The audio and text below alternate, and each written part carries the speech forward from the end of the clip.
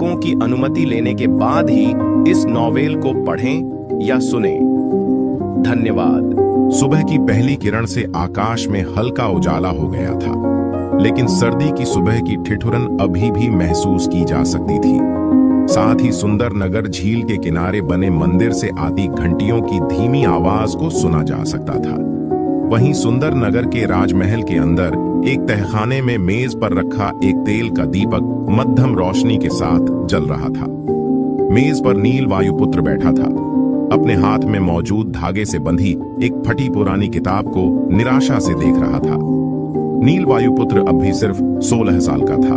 उनका शरीर दुबला लेकिन चेहरा सुंदर था। अपनी चमकती नीली आंखों के साथ वो तेल के दीपक के मंद प्रकाश में भी उस पुस्तक को एक बार फिर से पढ़ने की कोशिश कर रहा था।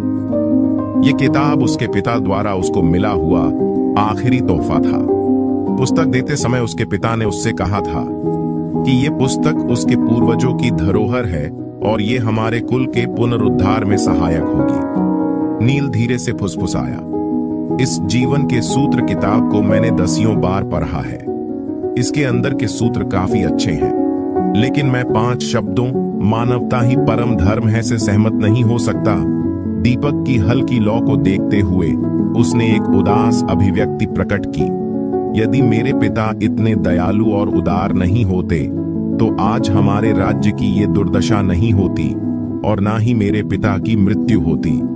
काफी देर तक इन्हीं ख्यालों में गुम रहने के बाद अचानक उसे दरवाजा खुलने की आवाज सुनाई दी। उसने तेजी से दीपक की लौ को बुझाया और फिर अपने घिसे पिटे कंबल के अंदर जाकर लेट गया।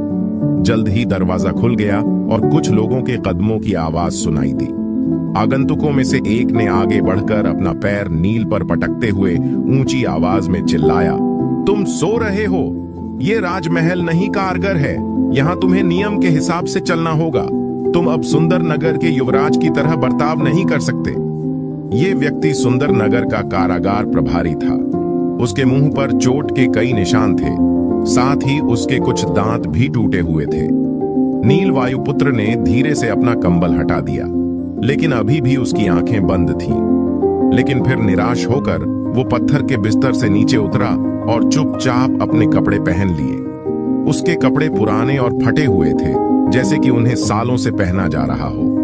कारागार प्रभारी ने उसे देखा और चिल्लाया, इसकी आदत दिन ब दिन बिगड़ती जा रही है, इसे जल्दी से बाहर ले जाओ। फिर उसने अपना हाथ लहराया और उसके पीछे के लोग नील के पास आ गए और उसके हाथ पैर पर बेड़ियां बांधकर